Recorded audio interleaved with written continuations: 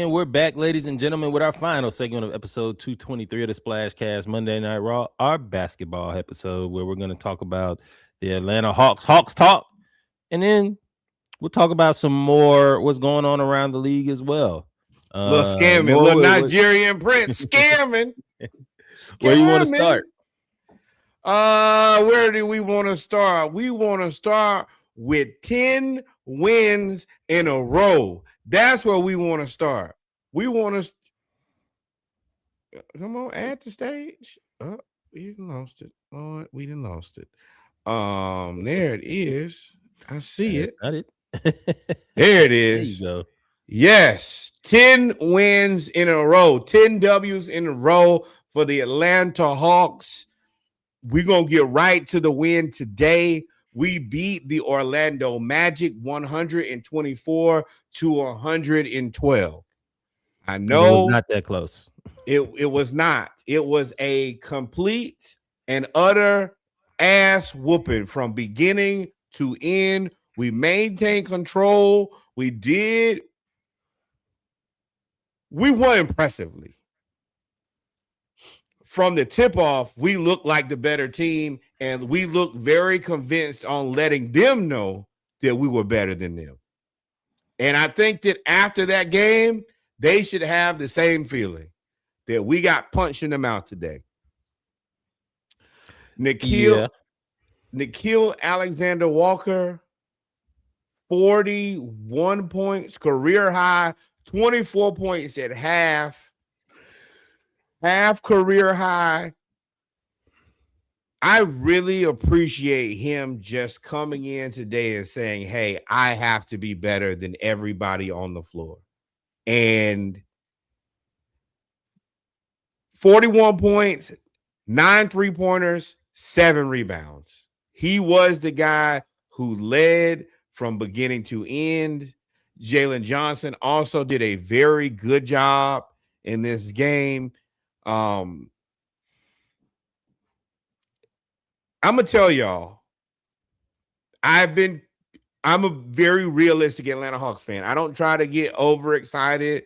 I've called a lot of these games that we won practices, scrimmages, everything except for real games because we haven't really played against the toughest opponent. This is a game that I've had anxiety about all weekend. I had anxiety about it all morning.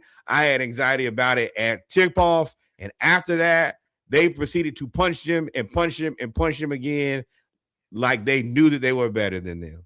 Jalen Johnson's slow start ended the game, 27 points, 7 rebounds, 8 assists.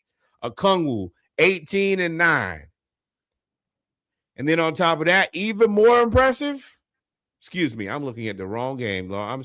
I'm a little overtaken right now. Give me one second. Say you want me to help you out?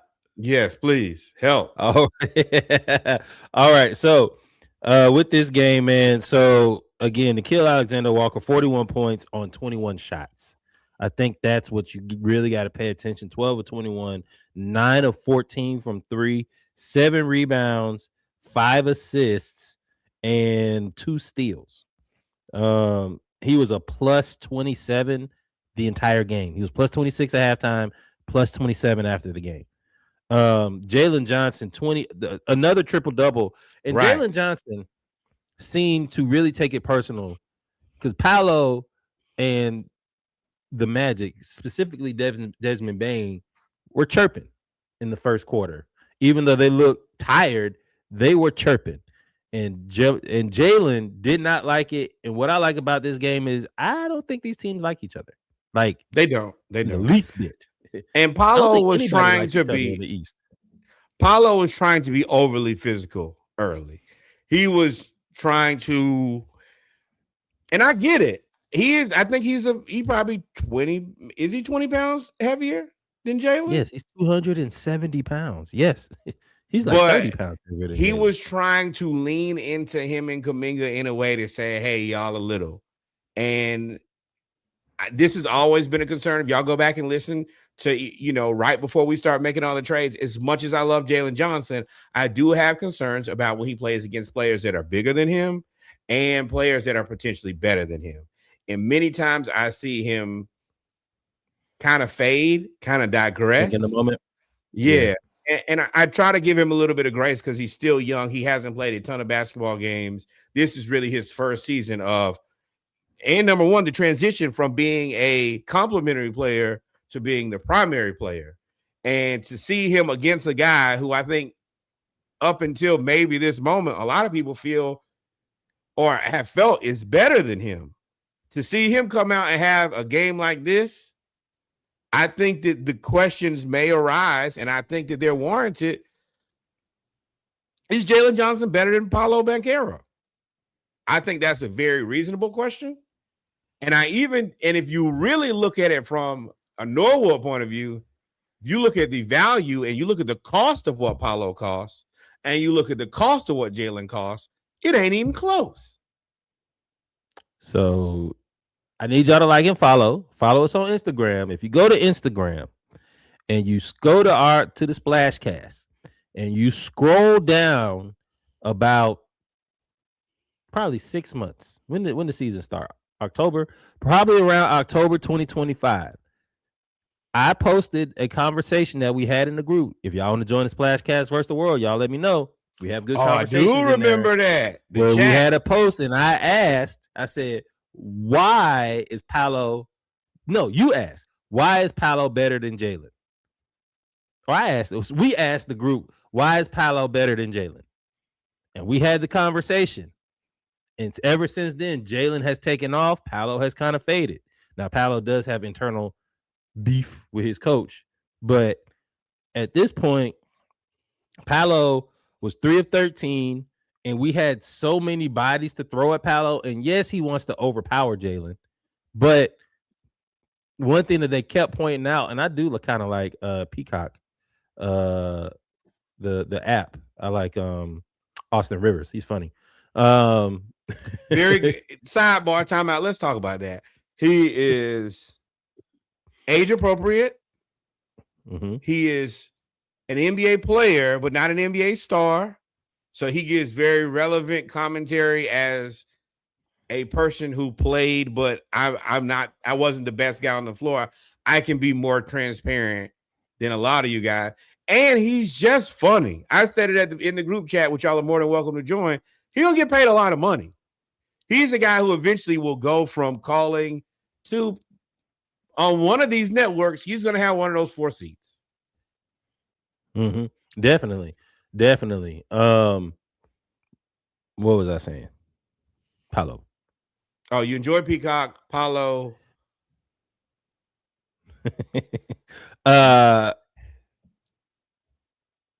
Jalen. Yes, I know we're talking about Jalen Magic update. Jalen had a triple-double. Either way. What I was saying about Paolo, when you go back and look into it, is that Jalen has done well and Paolo has faded, and he was 3 of 13. But the thing is, they didn't get any help from really anybody else. Jalen Carter, who has been a fantastic, or is it Jamal Carter? You talking about the guard for them? Yeah, has been a really good addition. But Javon Carter. Oh, that's what I was saying about. Used to play with the Bulls. You were. That was a guy who you were really high on. Yeah, because he was like for $7. Yeah. But Paolo, while he tried the big man, that's what I was saying. When Paolo was trying to big man Jalen, one thing that the Hawks do now is we get out and run nonstop.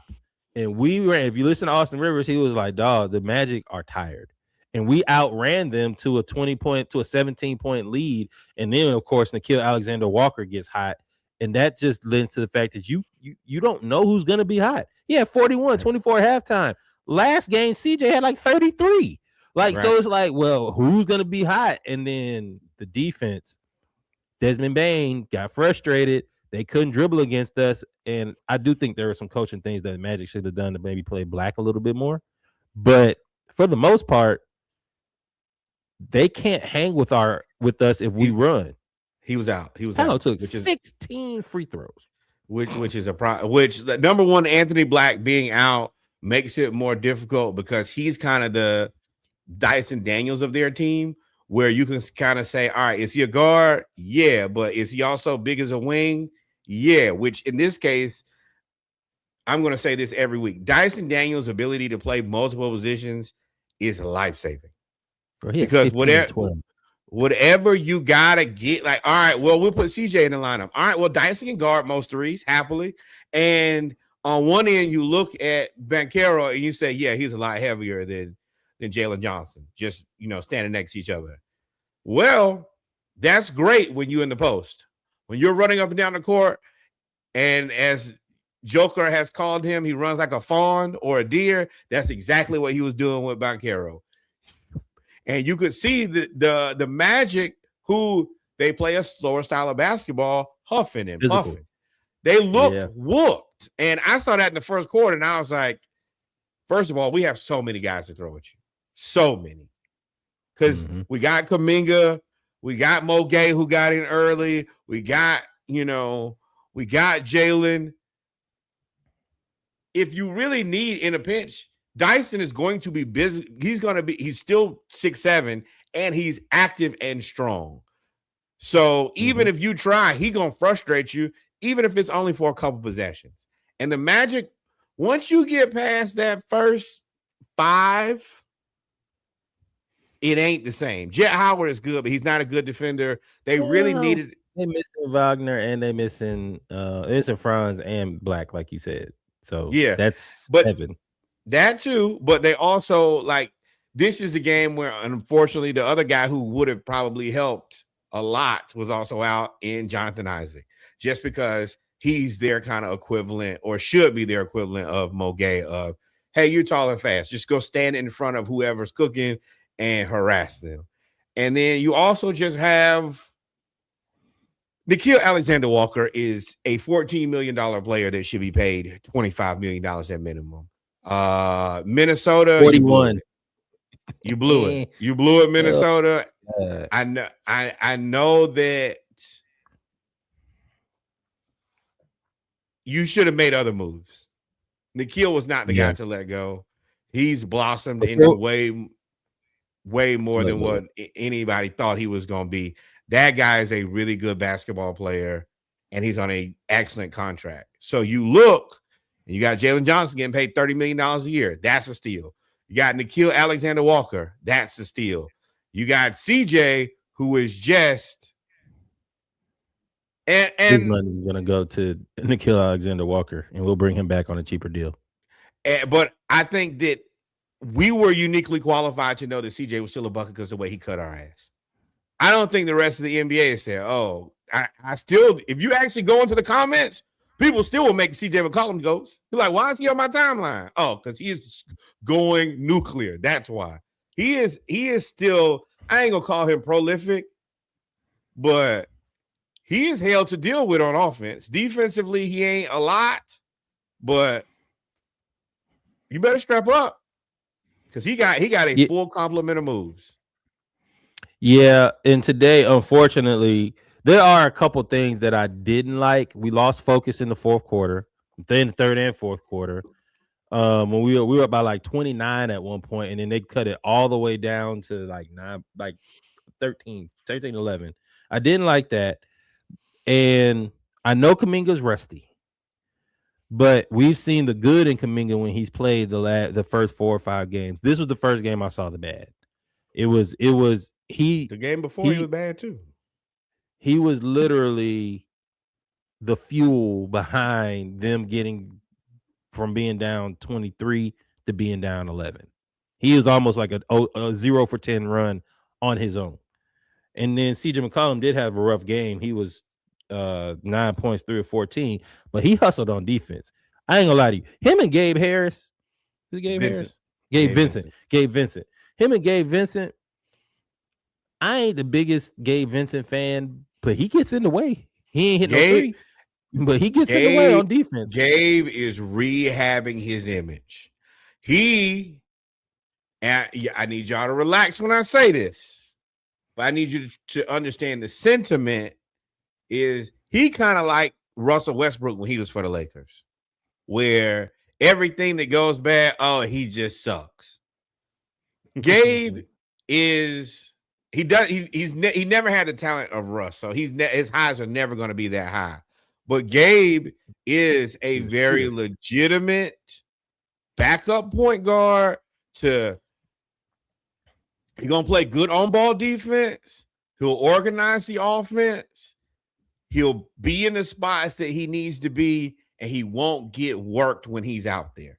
And when you're asking for a backup point guard, that's all you need. Kind of not the same game, but very reminiscent of a guy like DeLon Wright, where it's like, hey, he ain't finna give you 1,000,000 points, but while he's out there, that backup point guard not finna kill him either.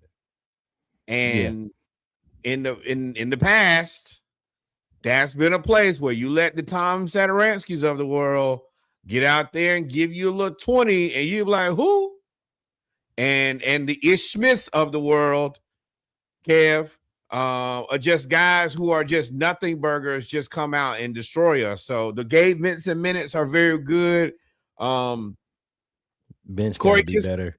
But we Corey didn't really play Kispert- a lot. He ain't playing. Corey Kispert only played 4 minutes. I think he should play more. I am probably the highest on Corey Kispert of anybody in the world. He came in 1 of 3 from 3. If you surround him with decent defenders, then he is going to be more than okay. I do still have an issue that Christian Koloko is not even a consideration. Austin Rivers actually said that when the second unit came in and Jock Landale was in there. He's like, I don't know why the Magic would not go into the paint. There's no rim protection. And he was 1,000% right. And thankfully, nobody heard it or said anything to Jamal Mosley. But Koloko just, I don't know why he's falling out of the rotation. His ability to man the paint, it just made the Hawks' life infinitely easier. And then it's like play him over. Jock Landale. Jock ain't playing you that. always say follow the money, don't you? Yeah. Do you want to keep money coming every second week? Do you like getting paid consistently? If that's the case, like, I mean, Landale only played 11 minutes. Like he didn't really play. He played Kuminga 19, which that was frustrating for me because Kuminga, you saw he ain't having in the first 7 minutes. Correct. Like, it wasn't there. And Landale, this is where I would like to see Koloko, but remember they played Wendell Carter, so they didn't play their backup center at all either. No, what I'm saying is in this game, I think the Koloko and Asa Newell and Mo Gay. I'm gonna tell you what my bench will really be with this team right now. I guess maybe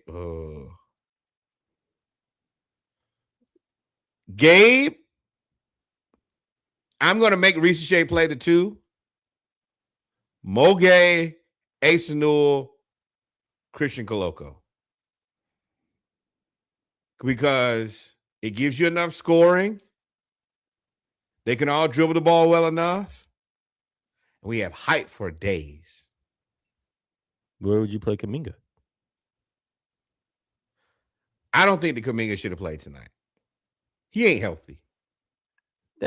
So are you talking about in general or are you talking about tonight? These last few Kuminga, after the Kuminga fire, when he first came in on fire, I don't think that he should have honestly played. I think they just made him play this game because this was a big game and they needed to have him out there. But I think that after we saw it, I think that Asa Newell would have been better tonight than Jonathan Kuminga. Well, you also, I mean, he played the majority of the minutes when he was up by like 20. You know, he came in the first quarter. That was it. Then he didn't play again until the third quarter when we were up by 25, 29. And that's when I would have taken it out sooner. I would have 1,000%. We was up 25. Asa Newell, you need minutes, and Jonathan Kuminga, you ain't looking the spryest right now. So yeah, let's play the guy who needs the minutes and rest the guy who's not healthy. Yeah. Quinn does a lot of things that you look like. I'll be looking like, why are you doing this? It just doesn't make a ton of sense. But it's almost like he's committed. Like, it's like he decides the game plan the night before and refuses to make any like in-game adjustment to be like, Well, if I said that if I've allocated these minutes, he must play these minutes, bro. You can make a change. Yeah. So the Hawks have won 10 in a row. I think our last weeks we had the Bucks, Nets, and Dallas. Correct. Hold on. Let me get the Dallas game up first. This is a fantastic. I did that wrong. Let's remove that. Let's go here. And let's go here. This is what I hope that we can consistently look like. We beat the Mavs 124-112. This is another game that was not nearly as close. Jalen Johnson, 27.7 rebounds, 8 assists. Nickeil Alexander-Walker, 29 points, 3 assists, 5 3-pointers made, and 2 steals. Yeka Okongwu, 18 points, 9 rebounds, 4 blocks, 3 3-pointers made. And then Dyson Daniels, the Ben Simmons game special, 14 points, 10 assists, 7 rebounds, and 3 steals. We beat them convincingly. I think the point that I enjoyed the most was watching Dyson Daniels terrorize Cooper Flagg. You know how they always ask players, man, what was your welcome to the NBA moment? It was Dyson Daniels. And as big as Cooper Flagg is and as talented as he is, when you play against a guy who's a really locked down defender and he's just manhandling you and you're 4 or 5 inches taller than him, that's got to be a rough night. And Dyson gave him everything that he wanted. Cooper ain't look like much of nothing versus us. And that made me feel really good. Yeah, Klay Thompson got hot in the third quarter, and they ended up cutting the lead down because we were up by 14 after the first. That was probably something that bothered me a little bit. We were up by 14 after the first. We were up by 11 at halftime. We ended up winning by 12, but they did cut it down to 4 after the third, which to me, it kind of nullifies my argument that we talked about the Magic first, because I was going to say playing against teams that you're supposed to win, I don't want to see us lose those leads. I'd rather build on them. But then you played against the Magic and won. But even with that being said, this game, I still don't like that we have bad third quarters. We had a bad third quarter against the Magic. We had a bad third quarter against Dallas.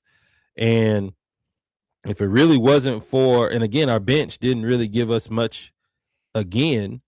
And again, Kuminga was out. But if it really wasn't for Jalen Johnson and Nickeil Alexander-Walker, we would have been in a little bit of hot water. But win is a win.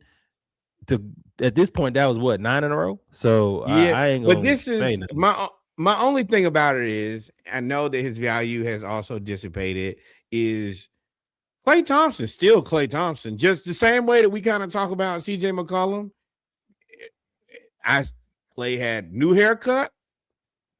I don't know what Meg did to him, but he came out there and he looked like old Klay, and he's still one of the greatest shooters of all time. When he got that shot going, it ain't nothing you can do but watch it go in. He still has one of the best forms in NBA history. And I would love to see his splits from playing at home versus playing on the road. Absolutely. And I mean, that comes with age and everything else too. That comes with Meg the Stallion. That too. All of the at home, I might not have the legs. Right. But there are going to be nights, just like there'll be nights for CJ where he going to go crazy. It's going to be some nights where Klay going to remind y'all, hey, I'm still him now. and really none of y'all can really shoot at me if I get to shooting. And that's what it is. And if you watch it, you just got to respect a shooter. A shooter going to shoot. Yeah, but the thing that you can see with all of these wins, especially in this one, is that we're very well-rounded. We're going to get 4 or 5 people. If it's a close game, we're going to get 4 or 5 people in double figures. If we blow you out, we're going to have 9 people, 8 people in double figures. And this is what justifies the trades that we made and moving in a different direction. Is there is not a central hub that you say, oh, if I shut this guy down, then we're probably going to beat this team. Even during this 10-game winning streak, Jalen hasn't played the best basketball, I think, of the season. But in these He was in a moments, funk for the first few games. right, you got Nikhil who's got it. You got CJ who has it on different nights. Okongwu who has it on different nights. Dyson Kispert with a career game. exactly. 33. And the way that the offense is set up, it's not like we give the ball to this person, then he gives the ball to this person, or he gives them no. The ball goes to who's open. Shoot the shot, get back on defense. And if we can run, let them chase us. And one thing that I will say is the majority of these guys are good finishers. Even CJ even in his age, he got a toolbox full of moves. And every time you think that you stopped him, he gonna hesitate and go in a different direction. Dyson is willing to jump into you. Jalen Johnson has this move where he likes to jump into you, then give you the elbow, then shoot the jump shot because he's just in the air that long. And Dyson in that floater. Well, CJ's gotten quietly, nobody's talked about it. He's really improved at distributing. So like he's getting the ball, and we run a lot of small on big picks. Yeah, with Dyson Daniels and Nikhil Alexander-Walker, and he's making that. It might not be assists, but he makes the hockey assists. He gets the play going almost every time, and then as long as it ain't fourth quarter, you give him the ball with the shot clock going down, that's a bucket or a foul. So, and I will tell y'all, Corey Kispert is gonna dunk on one of y'all. Every time I understand Luke Kornet and all the things that he brought, but Luke just did not have the physicality and the size that Corey Kispert has. Let's first off say fuck Luke Kornet. I mean, my bad. All of well, they all look alike. How does that Luke feel? Kennard. But yeah. But like Luke Kennard, as good as he was, and he was shooting the cover off the ball, he just did not have that level. I am a Corey Kispert fan, and I am going to keep telling y'all, at that size and that ability to shoot the basketball, he is going to be either a very good Atlanta Hawk or he's going to be a very valuable asset. And he is assimilated into whatever you want to call Atlanta culture very quickly. And I feel like he wants to dunk on one of y'all. And every game he tries, and I really appreciate that. I also feel like he probably doing pretty well because there's another part of Atlanta who likes athletes, and I feel like you can get right over there and flourish. Atlanta probably doing him very well, and I assume an Athens trip for him probably in the near future. Oh yeah. If you know, you know. Oh yeah. I can spot a killer from a mile away, and I know a killer when I see one. And oh yeah. That boy stand out in Athens, don't he? 6'9", 6'8". The long hair, and he put on a fit. All right. He from up there. He be wearing. He get him. But what about this Nets game though? The Zachary Ricochet game. This got us to 8 wins in a row. The Nets are a team that's very interesting. I like them because they are like a long athletic team. They have a lot of players they're trying to play, and they can present matchups, especially at 100%. They can definitely present matchup issues for us. But this game, Ricochet, 19 points, 9 rebounds, 1 steal, 2 blocks, plus 17. Jalen Johnson, offensive rebounds too. Jalen Johnson, 21, 9 and 9. Nikhil, 18, but it was on 5 of 13 shooting. CJ was 6 of 17. But Ricochet this is the reason that I'm not punting on Ricochet. I'm not. I know that everybody, we got time. We knew that this guy was a project. And I want to be real. Best case scenario, he doesn't blossom in this. He doesn't blossom by the time it's time to sign the contract. You need him to kind of do what Jalen Johnson did, where you can identify that he can be good. You can kind of get him on a reasonable contract, and then he blossoms in the second act. And then you start looking at the contract and saying, whew, man, we got us one. The talent is there. The ball handling has to come around. His movement is a little different. But I think that that's just things that he's going to have to work. And of course, he needs 20 pounds, at least 10, 15 would be great for 20 pounds. And if it was me, I'm putting him and Asa Newell in the gym every day together. And I'm making those guys practice with Jalen and Kuminga. That's really it. I want to see that 2-on-2 every day. How you, when you're growing up and you're in high school and you got those two other guys, you're like, all right, well, we're going to play y'all every day until we can beat y'all. And every day, y'all just get in there and get after it and get after it. And you know that they're better than you because they're older than you.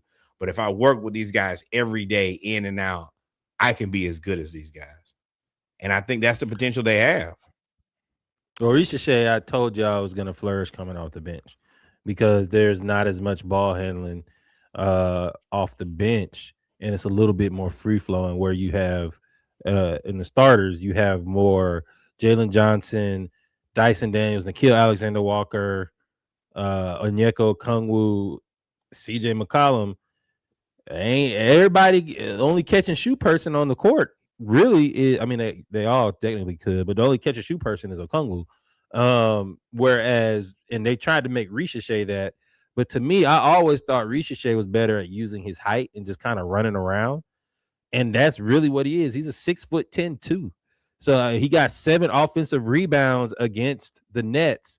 He now is getting the ball and he runs like Jalen. He gets out on the break. And then he's gotten confident and he elevating from one step inside the free throw line and dunking. And will dunk on you.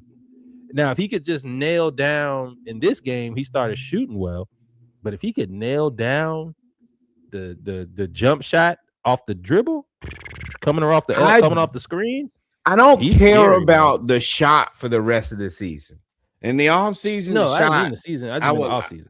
I would like for the shot to come around. But like I told you, play him like Dyson Daniels.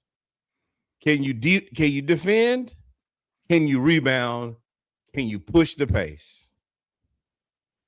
If you don't have a shot, put the ball on the floor, get to the bucket. I know that we want to like stereotype these players into positions, and I know what he looks like. We got a guy who can't shoot. Nobody cares that Dyson Daniels can't shoot. Do you care? I don't.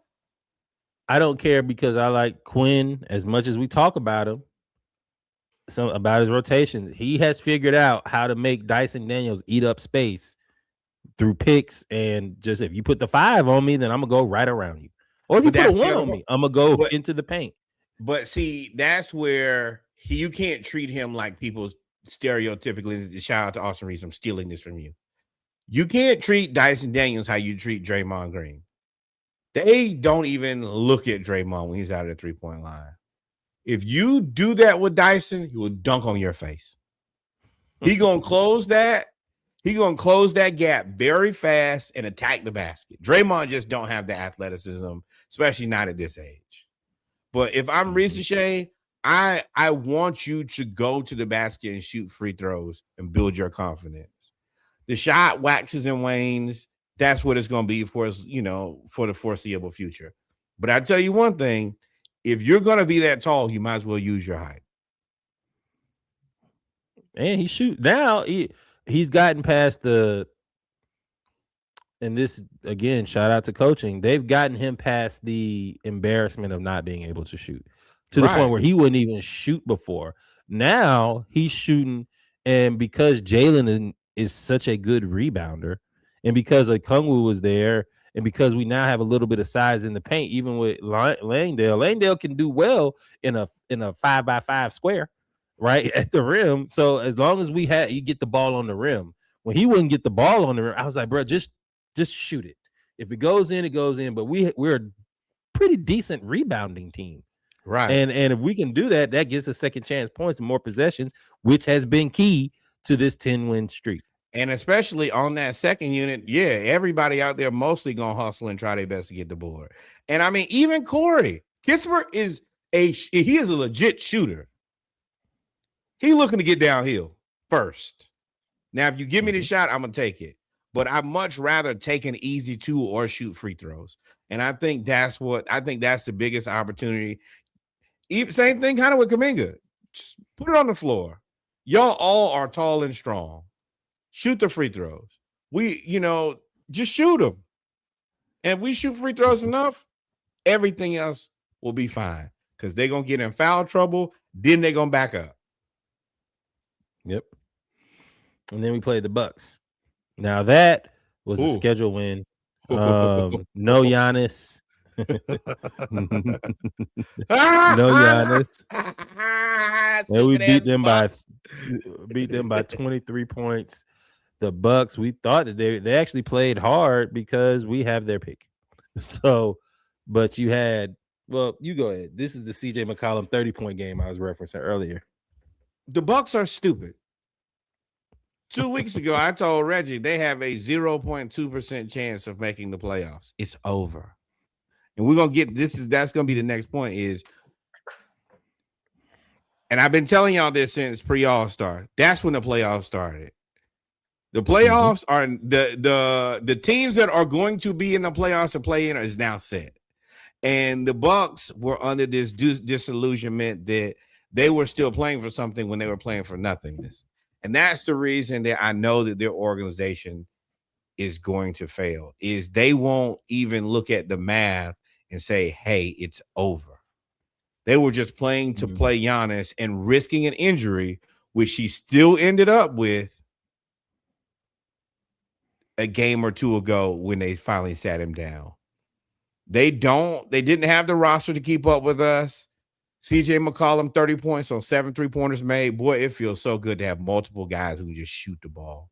Jalen Johnson, 23 points, 12 assists, 10 rebounds, 2 3-pointers made. Nickeil Alexander-Walker, 20 points on 3 3-pointers made, 3 steals. The Bucks are a terribly built team. Giannis is holding them hostage. They did not do themselves any type of favor.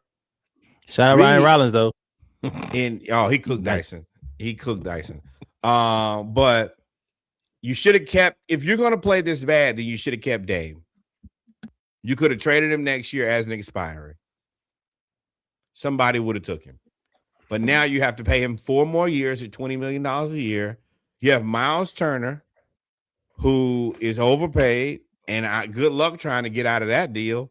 And now you have Giannis, who's 8 points and 6 rebounds. Bobby Portis is your best player right now. And Ryan Rollins. Them 3. Kuzma ain't do nothing. No, Kuzma's time is he's gonna have to go somewhere else and prove that he can play basketball again. But overall, the Bucks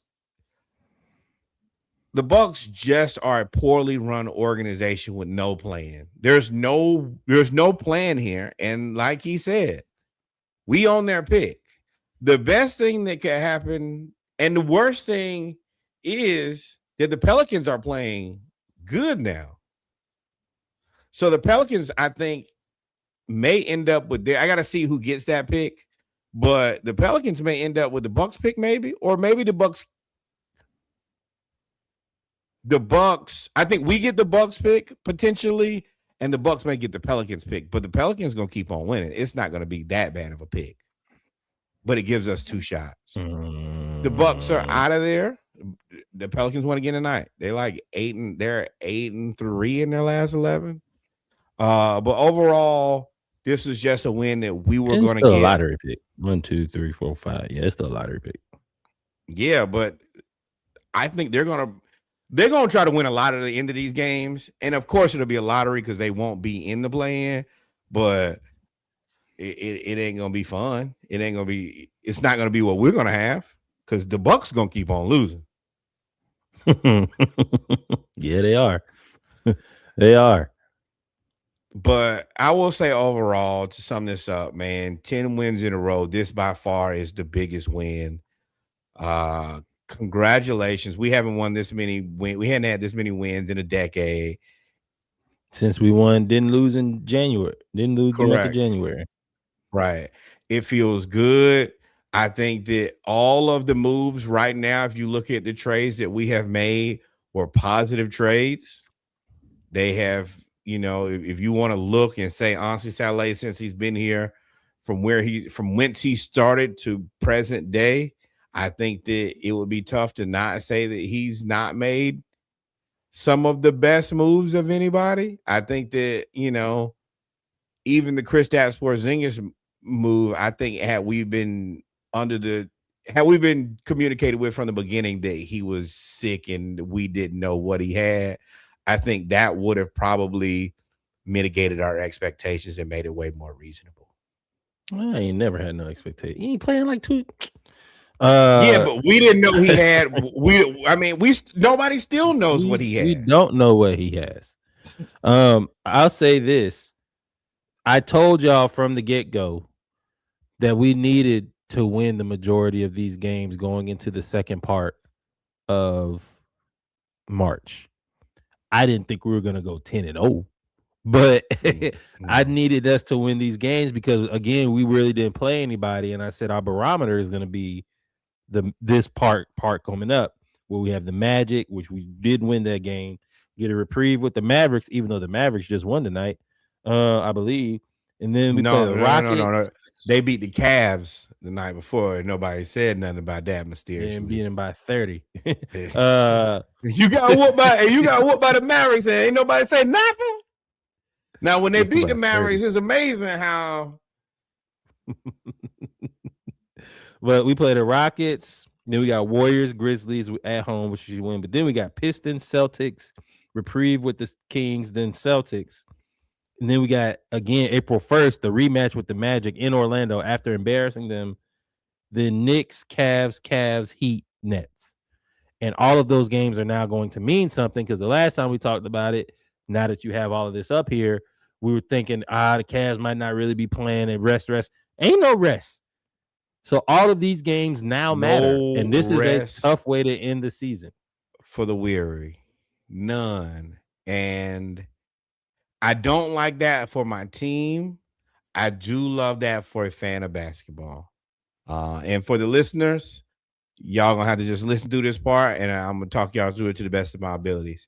What I have up here is the NBA standings, and I think that this ain't exactly how it is, but if you look at it, Bucks, Bulls, Nets, Wizards, Pacers, it's over. Pack it up. If you're a starter, give on up. Try to stay. The best thing that all of these teams can do is try to get healthy and ping pong balls. Now, in the East, I have it basically formatted as you have the top 4 teams and then you have 5 through 10.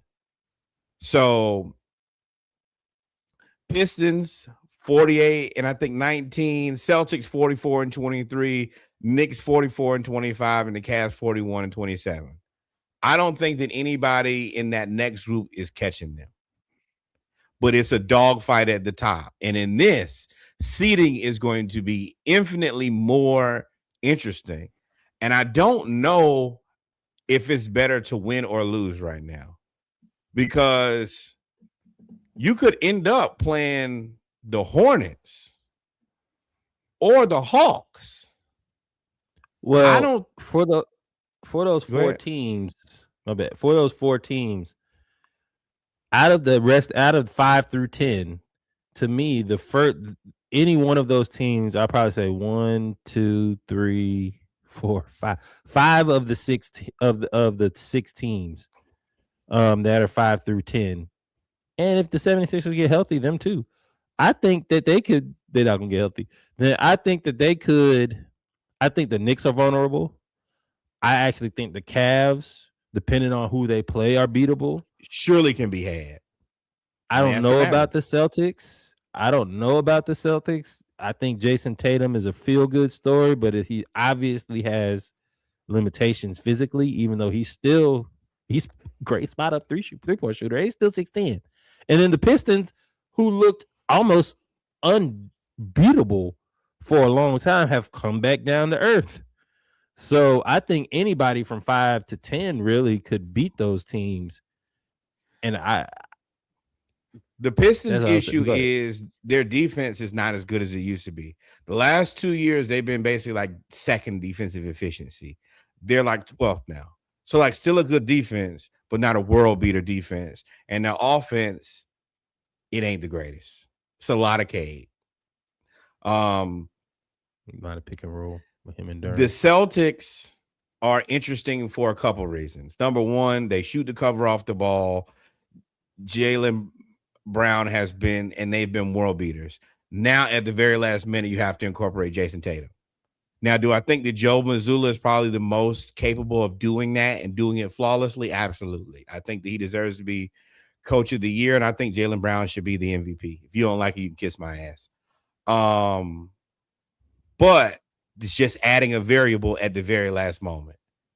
The Knicks are soft. And I don't see, like, I think that they're pretty good, but they're not championship good, and they're the second most expensive roster in the NBA. I think that they're in a weird space where they're just not good enough, and they cost too much, so they're gonna fall apart, and then you're gonna have to blow something. I don't know if you have to blow the whole thing up, but you're gonna have to lose some pieces, and that's going to make them come back to reality. But I still think that there could be a favorite. Even though I said they're beatable, they have the makeup.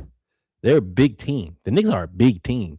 And everybody that's below them, other than the Cavs, ain't really big enough to be able to handle them in a series, pause if necessary. Yeah, but I don't think the Knicks. I think that the Raptors are a very big problem for the Knicks because they match up everywhere. And the one place where they have more size at center, the Raptors have more speed. And if you need to, you can still throw Jakob Poeltl in there, and that works either way. And I think that the Raptors have a better bench with Colin Murray Bulls. The Magic are an interesting team. The point guard, they don't get enough facilitation from me. Banchero has to do too much work on his own. Now, I think the Heat are a scam. I just don't think that they did a lot of work early. They won like 20 games or something to start the season, and then they've just been kind of mid after that. I don't think that they're a real contender. They just won't be a headache. They'll more be a headache for whoever they play, but they're going to lose. The 76ers, I hate to say it, Kev, they are a train wreck. And they just falling apart at the wrong part of the season. I don't think that any of the guys who they need to get healthy will be healthy. The only potential saving grace, and it will probably save his own grace, is if Paul George can come back healthy and show that he is the man. There's no reason why he can't come back and be the person that all these children have grown up trying to be like. I mean, you sat out 25 games, bro. You well rested, you healthy. This is your time to flourish, and everybody wants to be you. Atlanta, we're a solid team with solid depth. I don't think you want to play us right now. We are. I ain't gonna say we're not world beaters, but I would not want to suit up and try to play against the Atlanta Hawks, who are 10, 11 players deep. And then you got the Charlotte Hornets, who arguably might be the best team in the East right now. That's the worst part about it. That LaMelo. Right I would say probably like 3 weeks ago they were. Not right now, though. Okay. I'm telling you, you don't want that problem. No, I don't think you want the problem with any one of them. I think the way that this shakes out, though, I got to see schedules. But the way it is, I think the Hawks the Hawks and the Toronto Raptors can play their way into the 5 and 6 seed. And if the Hawks get the 6 seed and the Raptors get the 5 seed, I do not think Cleveland wants to see the Raptors, and I do not think that the New York Knicks want to see the Atlanta Hawks. I 1,000,000% agree on both. Check, chef's kiss. Excellent. And I'm gonna tell y'all, man, them Raptors, they are good. I still don't like Jakob Poeltl taking up all that money. I don't like Emmanuel Quickly taking up all that money. But Scotty Barnes is everything minus just no jump shot. And then Brandon Ingram is the jump shot. RJ Barrett, more than happy to play in Toronto. Utility man. And Colin Murray Boyles. He come right in and beat Scotty Barnes Jr. Is and it's so funny. Go ahead. I was just gonna say it's so funny that when you look at the draft, CMB did not want to go to Toronto. That was an excellent draft pick. Mm-hmm. And I think now he probably feels a little bit differently about it. The only team I think that if they make it out of the play-in that probably gets 4-1 is probably the Heat. Or I don't think the 76ers make out of the play-in. So I would probably say the Heat would probably be the least entertaining because I don't think that they're good enough to get to no points. Yeah. And if they play Boston, not gonna happen. Now I would love to see LaMelo. I want to see that so I can see what Bam get versus a real team. I would love to see LaMelo and the Hornets get the 7 seed, and I would love to see them play Boston. Oh, because it's gonna be a shootout. 150 to 142. I would love to see that, and then of course the Heat versus Detroit. I think the Heat in Detroit would be interesting for the first game, and then after that, it'd be over. But yeah, that's it for me on the East, man. I thoroughly enjoy how this is going to play out. Oh, it's going to be if you're a basketball fan, go ahead, get your 2 TVs. It's that time of year. Now we're moving on to the Western. You see my ambiance back there, brother. Right. Now the Western Conference is a little different. You got the top 2, you got 3 through 7, 8 through 10, and then once again, all the teams on the right, it's over. Now the Grizzlies, I don't know exactly what they're doing. They're still trying to win for I don't know what reason. The Mavericks, Cooper Flag is trying to win games by himself. The Pelicans, DeJounte Murray is proving to y'all what I already knew about him. He is a leader. He's not finna lose games. He's not going to do it. He don't have the tank in him. And I know that that's hurting us, but it's just good to see. And once again, Pelicans, if you play your cards right, and by play your cards right, if you trade Zion and clear that cap space and maybe get a draft pick for him, you could do some real damage with that team. I would also trade Saddiq Bey because his value is probably as high as it's going to be right now.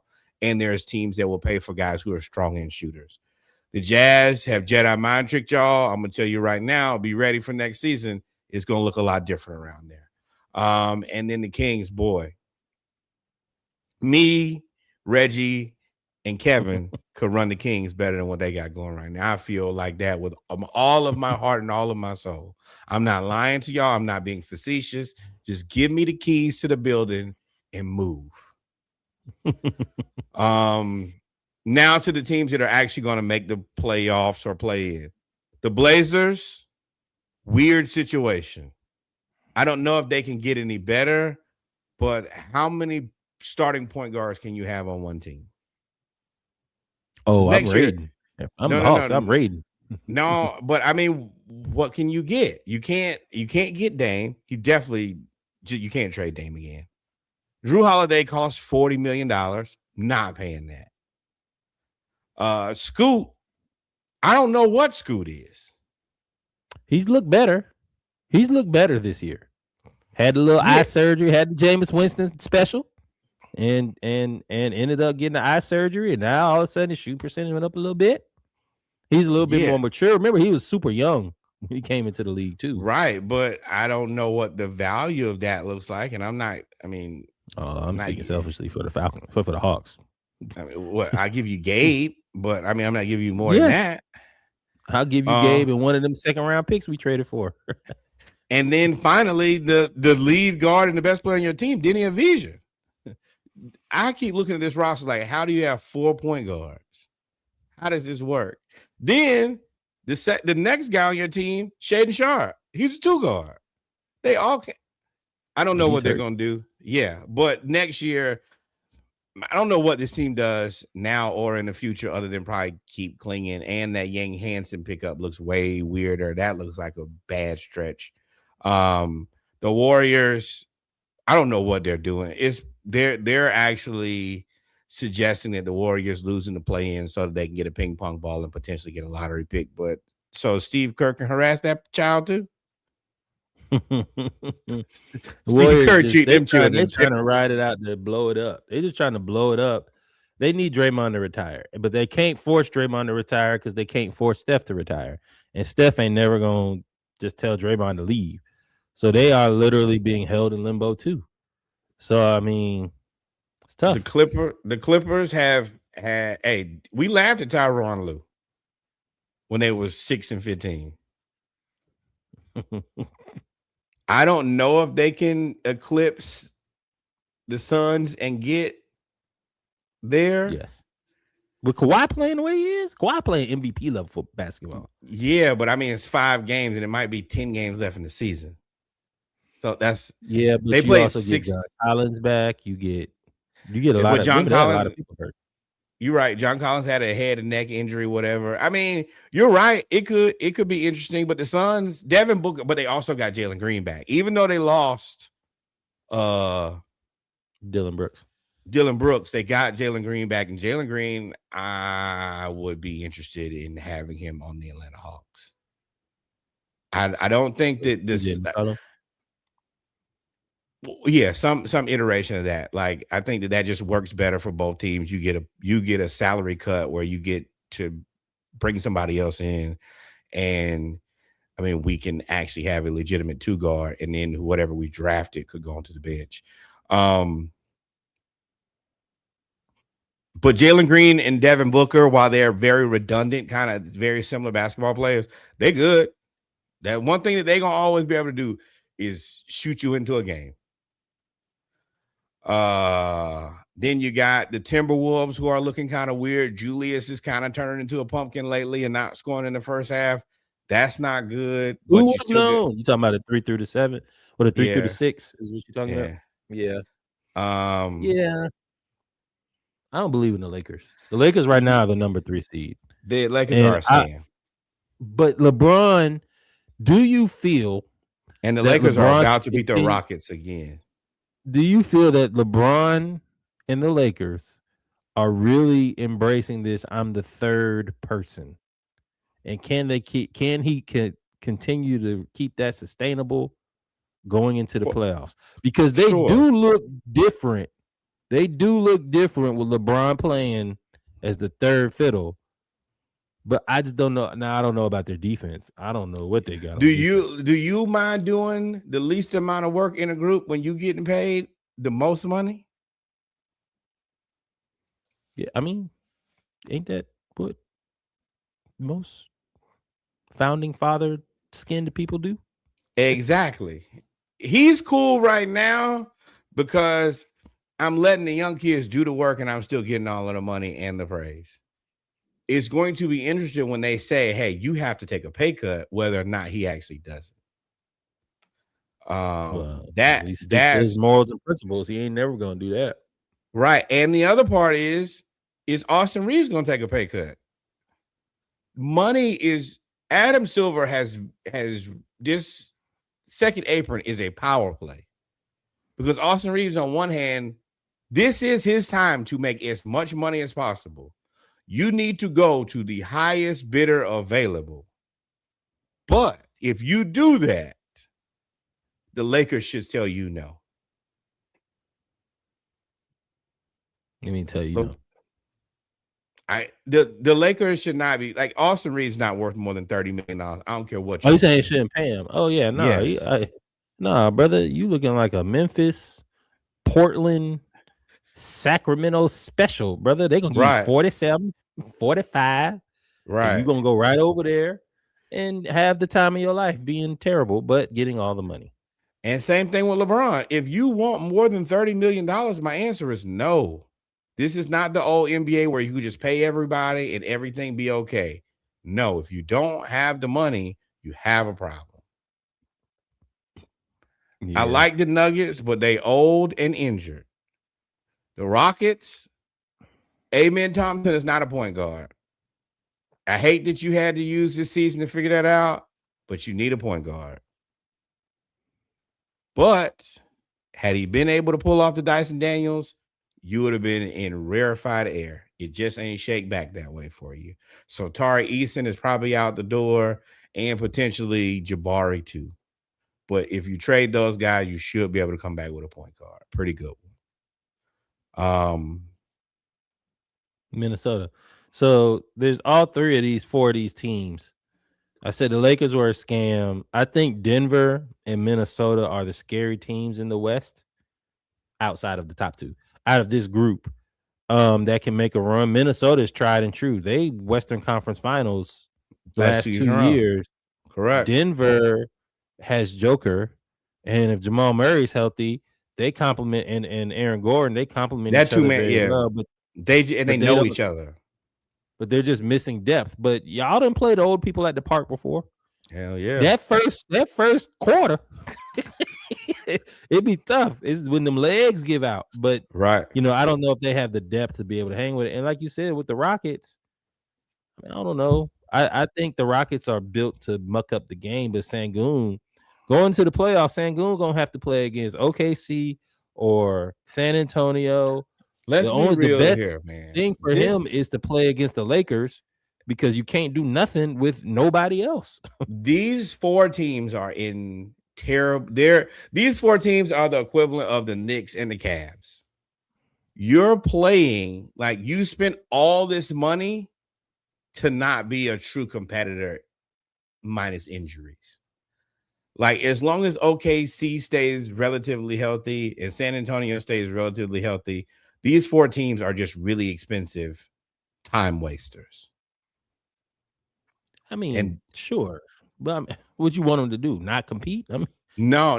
I get that, but see, that's the reason that you don't want to be stuck with these long-term bad contracts. Is all of these teams are gonna have to shake up. Like you're gonna have to, you got to kind of at least the Lakers have a bunch of flexibility because everybody's on a 1-year deal. Everybody else is gonna have to kind of move around something. I think Minnesota is a little. I think they've got probably 3 contracts. I think Julius is movable, and then I think they have Nas and Rudy. I think those are I think they have some flex. Well, they traded away their flexibility, right? But I don't know. Alexander Walker. I don't know if you could trade Rudy. He's expensive. Mm-hmm. Nas Reed, he ain't expensive enough to. You have to make a very savvy move in order to move Nas Reed and to find yourself. No, I think you would keep Nas Reed and Rudy. I think you would trade Julius. Julius is the tradable asset. Move Nas Reed to the 4. Yeah, and then try to get some depth. That's what they're missing is they don't have a lot of depth. And Jaden McDaniels, man, we were singing your praises. We were trying to trade for you. You, sir, have not played well offensively at all. Now, of course, you're in the West, so you're going up against either Luka or they put you on and Joker. They don't have or like Wemby or SGA. It is showing the value in a traditional point guard that can facilitate. Like I tell y'all all the time, having a point guard who can really run point and help your players get easier shots is infinitely more valuable than people, I think, pay attention to. Because your stars can take shots, but they're gonna have to take Anthony Edwards shots or Jason Tatum shots all the time. That's while it's a strategy, I don't think it's the strategy. and it don't help the players who don't have that ability. They just watching. Hope I can get me a rebound and put it back up. Versus you see teams with point guards, even the guys who aren't really that good can find a way to score a couple points because, man, he helped me out. He collapsed the offense, passed me the ball. That's the value in guys like Trae Young is. If you got some guys who can't score, I can at least make their life easier. Yeah, the off season is going to be fun. I know we're talking about playoffs, but the off season in the West for all of these teams, 3 through I mean, depending on 8, you're going to need a point guard. Like there's Ja, there's Trae, they're going to whatever. You got all them point guards in Portland. There's some trades you can make with Brooklyn. Like Fox. What you gonna give? What you gonna give for Fox? Depth pieces. They got depth. Yeah, but I'm talking about better depth pieces.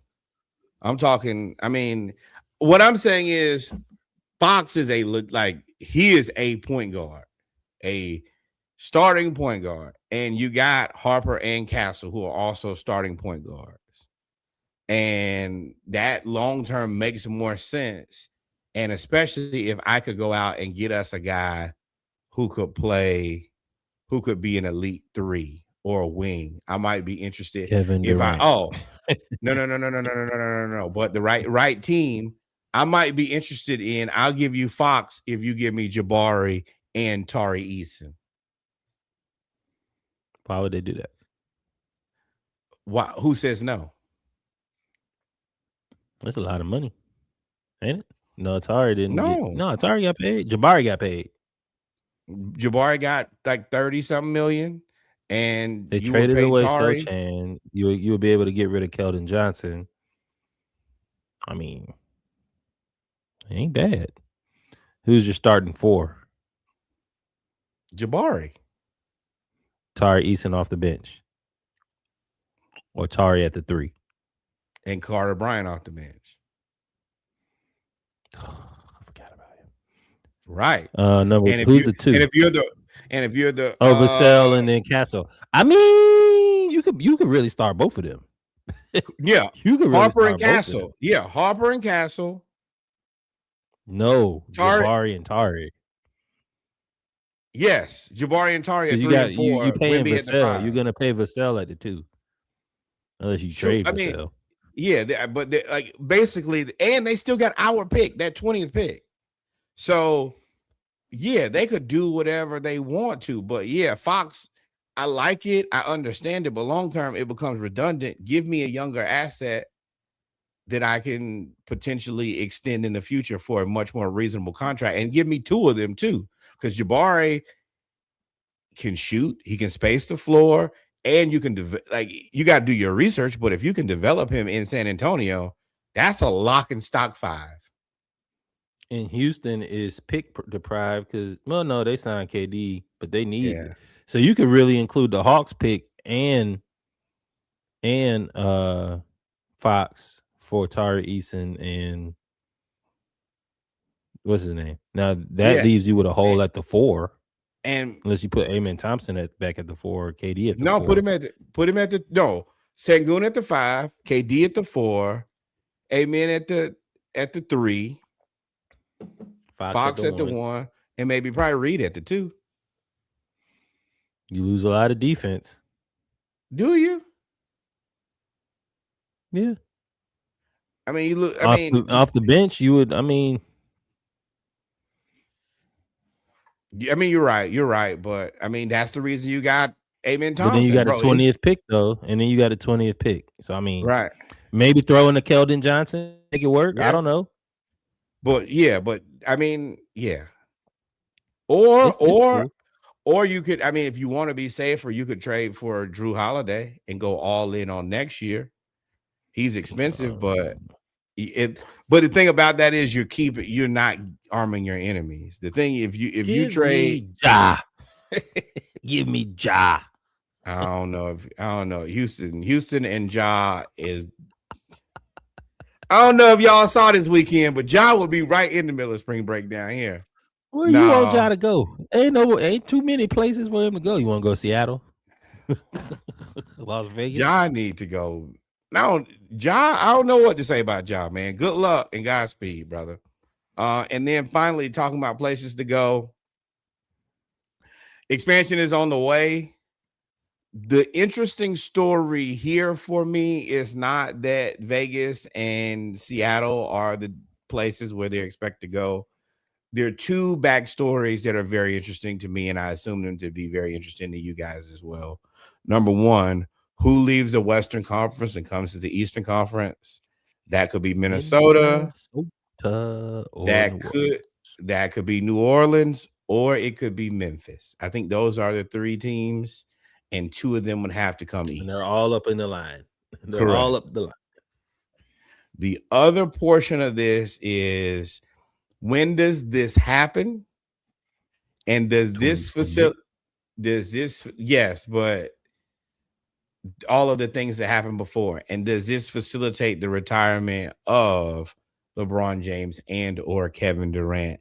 As I assume that Kevin Durant is going to want to be a part of the ownership group for the Seattle Supersonics, and Mhm. maybe they just make a placeholder for him, which is the right thing to do, and say, hey, whenever you retire, we'll just give it to you. And I guess they probably do the same thing with LeBron James. I think that from everything that I understand, this, and it's a match made in heaven, LeBron James and Las Vegas kind of He is going, positioning himself for. He yeah, done got into the liquor brand. He yeah, done got into everything makes sense. everything is pointing It's towards a Las Vegas. it's a slam dunk. And for Seattle, it's an underserved demographic. They're waiting for their team to come back.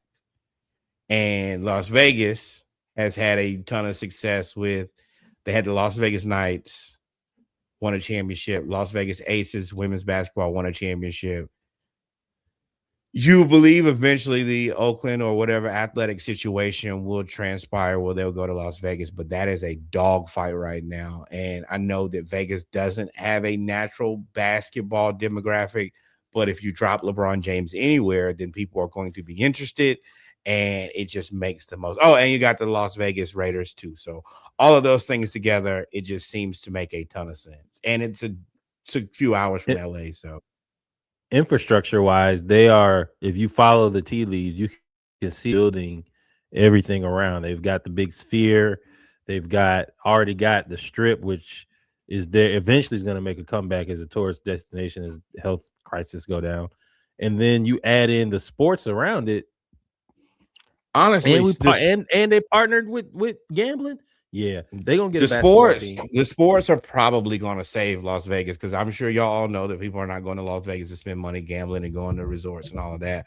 But if you can say, hey, we got Raiders, so we can plan a trip out there, and all the away teams can go and gamble and watch your team play, and then, oh well, we can watch 82 basketball games and plan a trip there. It Vegas probably has gotten lucky. I don't know. I don't know if I don't know if they deserve it, the more that I think about it, because of just the way that things are going in the city of Vegas. But it seems like the NBA made this decision pre-COVID, so they're gonna rock with it and honor it. Hmm. Yeah, I'm more excited about Seattle. Seattle was one of the best teams to watch growing up in Yep. NBA Jam. They did everything. They have one of the better sports towns because the Seattle Mariners are good.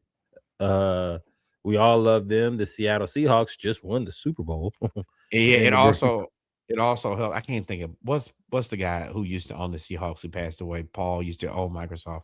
But what he did, like really making the Seattle Seahawks and the 12th man and all of that, and kind of redeveloping that team.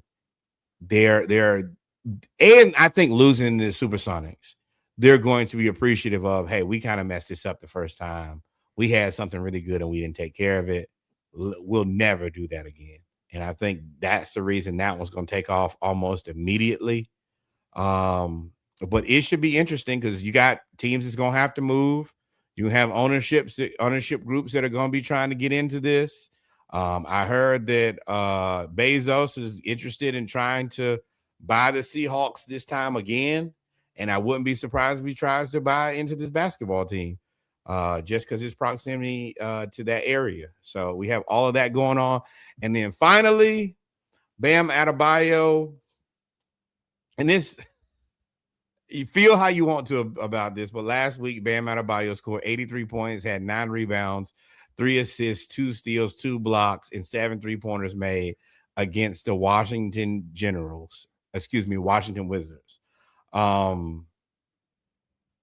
Bullets, Generals, people Wizards. People are up in arms because of how people feel about this.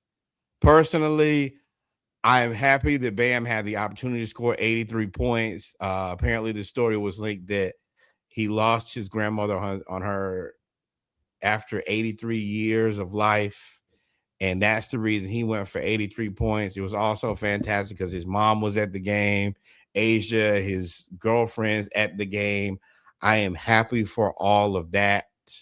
But I also looked at the people who he played with and against, and they're all terrible. It was Bam and nobody else. Y'all did it. Ain't my fault. Just like college football, you should have paid the players. Y'all decided to roll these people out here and play them with an all-star. What y'all try to do? NBA world gold medalist, NBA finals appearance. That's what y'all tried to do. Bam had like 45 at half. At like 42, something at half. But at certain points, it looked like the Wizards was trying to help him score.